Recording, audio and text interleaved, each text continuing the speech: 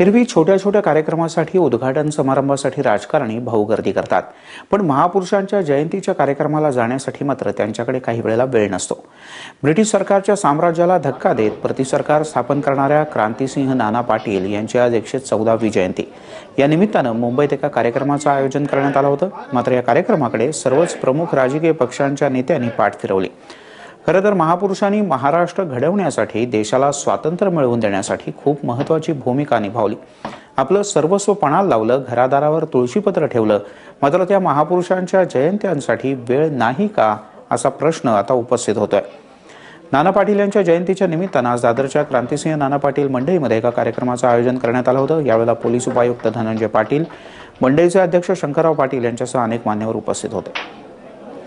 दादरमध्ये क्रांतिसिंहांच्या नावाचं एक स्मारक उभं करावं आणि पाठ्यपुस्तकात त्यांच्या चरित्राबद्दल एक धडा समाविष्ट करावा, अशी मागणी यावेळी करण्यात आली।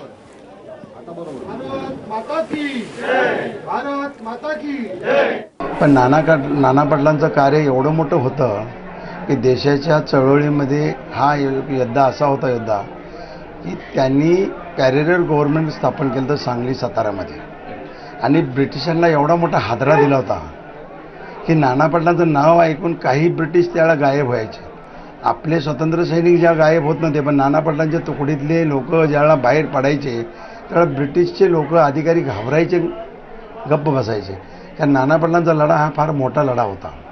आणि तुम्हाला सांगायचं म्हणजे कमी शिकलेला माणूस, घरात 3 भावामध्ये हे तिसरे, 90 गुंठे जमीन होती, घरचं वातावरण पोषकही नव्हतं, पण देश त्याग आणि देशासाठी ध्येय एवढंच कार्य करून तिने आपलं स्वातंत्र्यासाठी मोठा त्याग केलेला आहे। आणि ते आजच्या पिढीला कळलं पाहिजे। महत्त्वाची गोष्ट म्हणजे असं आहे की आजचं सरकार असणारं ते कोणाचंही असो, ह्या सरकारला नाना पाटलांच्या विचाराची धार नाही आहे।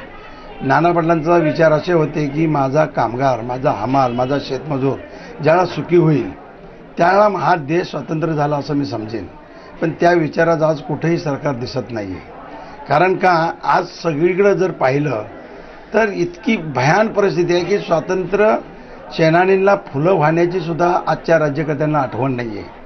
त्यांचा जन्मदिवस कधी आहे, त्यांचा मृत्यू कधी आहे, ही राज्यकर्त्यांना माहीत नाही।